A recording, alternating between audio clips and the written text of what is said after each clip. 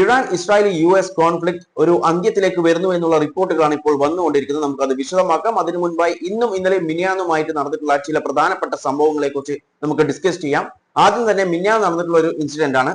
Iran പുറത്തുവിട്ടിട്ടുള്ള ഒരു കാര്യം എന്ന് പറയുന്നത് യുഎസിന്റെ USS എബ്രഹാം ലിങ്കണിന് നേരെ അവർ ആക്രമണം നടത്തിയിട്ടുണ്ട്. ഇറാൻ ആക്രമണം നടത്തിയിട്ടുണ്ട്. 5ഓളം മിസൈൽസ് അതിൽ പതിക്കുകയും അതിന് ഡാമേജസ് ഉണ്ടായിട്ടുണ്ട് എന്നാണ് ഇറാൻ പുറത്തുവിട്ടിട്ടുണ്ടായിരുന്നത്. എന്നാൽ ഈ ഒരു കാര്യം അപ്പോൾ തന്നെ US നിഷേധിച്ചിട്ടുണ്ടായിരുന്നു. എന്നാൽ ഇന്നലെ നമ്മുടെ ട്രംപ് അണ്ണൻ 111 missiles targeted US aircraft carrier USS Abraham Lincoln all intercepted എന്നാണ് ട്രംപ് പറഞ്ഞത്. അതായത് 111 മിസൈൽസ് എന്ത് ചെയ്തിട്ടുണ്ട്, ഈ USS എബ്രഹാം ലിങ്കണിന് നേരെ ടാർഗറ്റ് ചെയ്തിട്ടുണ്ടായിരുന്നു. എന്നാൽ എല്ലാം ഇന്റർസെപ്റ്റ് അടിച്ചിട്ട് എന്നാണ് പറഞ്ഞത്.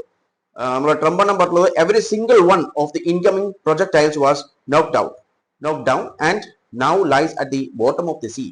എല്ലാം അടിച്ചിട്ടിട്ടുണ്ട്, എല്ലാം ഇപ്പോൾ കടലിന്റെ അടിയിൽ ഉണ്ട് എന്നാണ് ട്രംപ് അണ്ണൻ പറഞ്ഞത്. അതായത് ആദ്യം പറഞ്ഞു ഇങ്ങനെ ഒരു സംഭവം നടന്നിട്ടേ ഇല്ല എന്നാണ്. എന്നാൽ പിന്നീട് ട്രംപ് അണ്ണൻ വന്നിട്ട് പറഞ്ഞു 111 മിസൈൽസ് എന്ത് ചെയ്തിട്ടുണ്ട്, ടാർഗറ്റ് ചെയ്തിട്ടുണ്ടായിരുന്നു, എന്നാൽ എല്ലാം അടിച്ചിട്ടിട്ടുണ്ട് എന്നാണ് പറഞ്ഞത്.